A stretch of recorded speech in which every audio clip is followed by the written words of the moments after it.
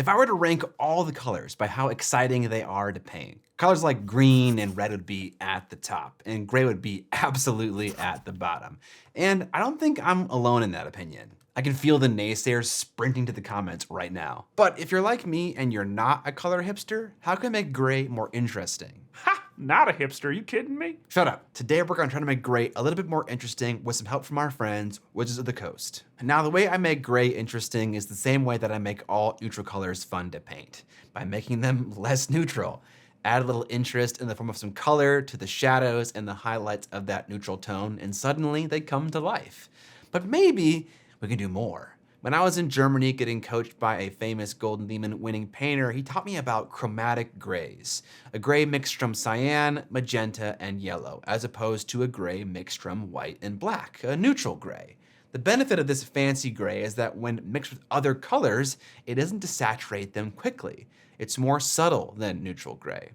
That sounds like it would be pretty ideal if my plan is to mix fun colors into my gray for highlights and shadows, but my results from this simple test weren't so clear. Okay, what I've learned after our brief mixing experiments here is that chasing this chromatic gray doesn't seem entirely worth it. There's a very good chance that I'm not mixing it correctly, or that I'm mixing too much of the chromatic gray into this red and not enough of the other gray into the red. But if the differences between the chromatic gray and the neutral gray are so minimal that I wouldn't notice them because I used a little bit more of one than the other, then I would say it's probably not worth having to continually remix this gray so that I can use it while painting this model. But what model are we painting on camera, Scott? This is June Aslan, the main character from Wizard of the Coast's new game, Exodus. I assume you say it that way because it's in all caps. You may notice something about the suit he's wearing. Oh, is it that sick gaunt that allows him to interact with celestial tech? No. Is it the golden lion emblem on his chest? No.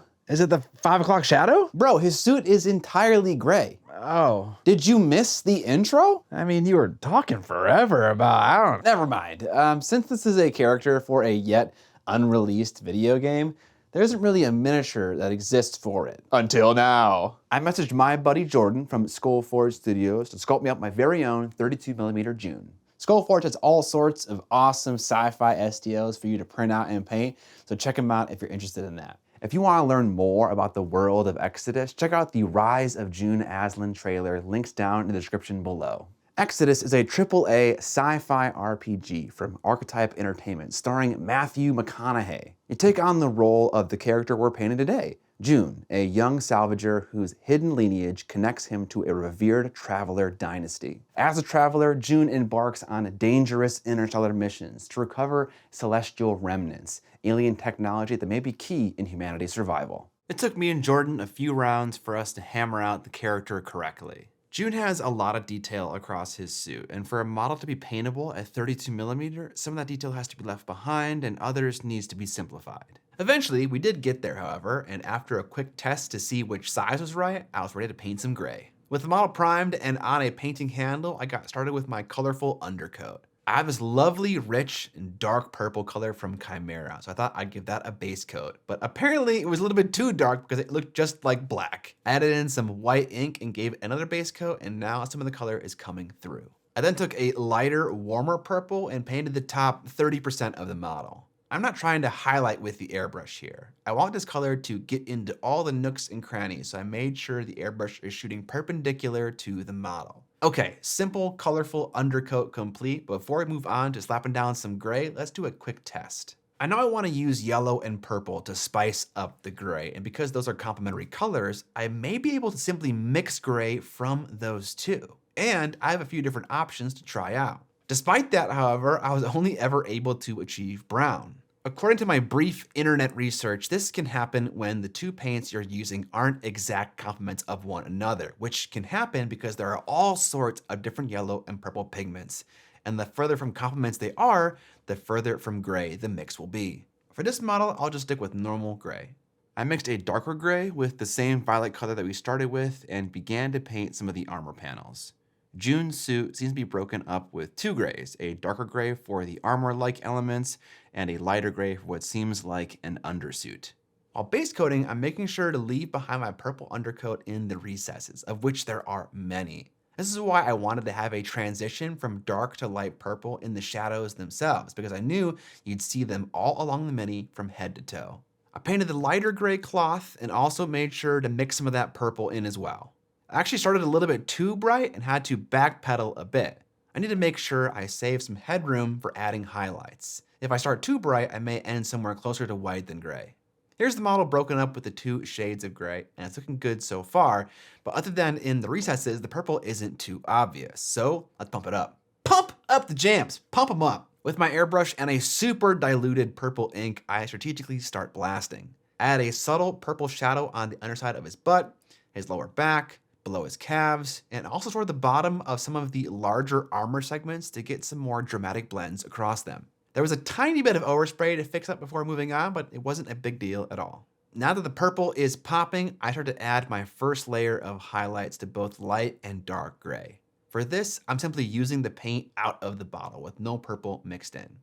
Something you may have noticed about my interpretation of June's suit is that I went a little more exaggerated with my light gray, which was intentional. At this scale, all sorts of exaggeration are necessary for clarity's sake. If I was entirely faithful to the concept, I don't think you'd be able to tell a difference between the grays when all is said and done at the end of the paint job. Speaking of being done, we have one last step with these 2 grays, and that's to mix a little bit of off-white yellow into our gray midtones to get a final layer of highlights. Admittedly, this is not a very strong yellow, but it makes a difference. It's hard to see that difference, however, unless you're given a side-by-side. Here's an example of khaki, a similarly neutral color, highlighted with white versus highlighting with chartreuse, or highlighter yellow. The difference isn't so obvious when only viewed in a vacuum. With the gray complete, I moved on to the gold elements on the armored suit with a simple base coat, followed up with a highlight. These gold elements are the reason for my purple shadow and yellow highlight choice. Because gold is essentially yellow, I wanted the shadows on the Mini to contrast that yellow, making the crest on his chest really pop out. Once that choice was made, picking off-white yellow for the gray highlights was pretty straightforward. It makes it easier that purple is a naturally dark color, so great for shadows, and yellow is a naturally light color, making it great for highlights. On to June's skin, which is a light brown. I wanted to keep the magenta color in the shadows, so my first layer of highlights leaves behind some of that in the cheek and around the brow and the eyes. My first color here is quite dark, so I could work up from magenta more easily instead of jumping in brightness too quickly. Because of that choice, however, I had a lot of work to do to get close to the concept art's skin tone. Lots of layers of paint where I'm slowly adding brighter highlights or repainting layers entirely to make sure I'm getting full opacity with my highlights. Somewhere in the middle of that process, I painted the eyes. First, I filled in the eyeballs with black and then began to paint in the eye white color, trying to leave some of that black behind, but it didn't go so great, so I had to try again. Once I figured that out, it was time to paint the pupils, which I also messed up, meaning I had to do it all over again. Eventually, I was able to get everything looking okay, but it took a few attempts. Eyes are so small that redoing them is fairly quick, so I didn't mind giving it a few shots. Onto the hair, which in some shots of the new trailer looks like it's black, and in others it looks brown, which is what I ended up going with. I focused my highlights around the top of the head and anywhere the strands of hair flare out. For mixing highlights with a warm brown, I like to use a darker Caucasian skin tone. At this stage, I'm not too worried about highlighting individual strands of hair. That's for later when the highlighting is done, like right now. With a dark brown that's thin so it flows nicely, I begin to draw in some lines. I know I'm not hitting actual sculpted detail, but the detail is so fine that it doesn't really matter. You'll be able to tell a difference once the Mini is all complete. With the hair finished, it's time to do some 5 o'clock shadow. I thinned some dark blue paint with a lot of water and glazed it onto his jawline. The blue in the paint interacts with the orange in the skin tone, causing a desaturated grayish midtone, not too dissimilar from our yellow and purple test earlier. This is a great and simple way to do at-scale beard hair. Lastly, let's paint that awesome gauntlet. My first step was to wash the gauntlet in a turquoise color watered down. I wanted to see where all the recesses were on this fairly detailed part of the model. I ended up doing 2 layers of this to intensify the color.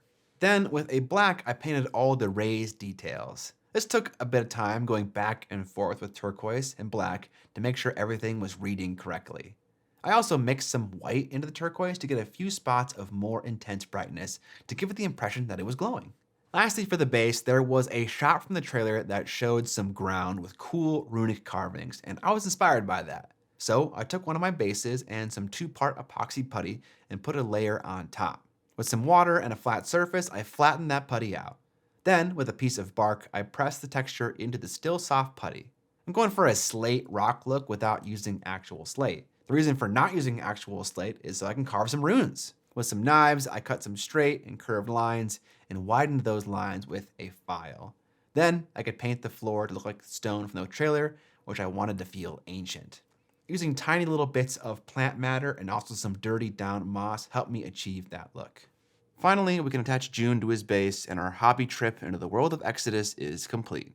After all is said and done, is gray fun to paint? Well, I'll leave that up to you, but it's certainly more interesting than if I were simply using white and black. It's always challenging to discuss artistic subjects like this because a lot of this deals with subtlety, which often doesn't come across on camera, especially not on a miniature. Let me know what tips and tricks you have for spicing up gray and whether or not you like my version of June. Make sure to check out the new trailer for Exodus featuring the guy we painted in this video. I have it linked down in the description below. If you guys appreciate my videos and you want to support them, you can find ways to do that all linked down in the description below, namely my web store, Miniac.co, where I sell a bunch of hobby tools like a cool cutting mat and also a brush coffin for storing your brushes and other similar shaped tools.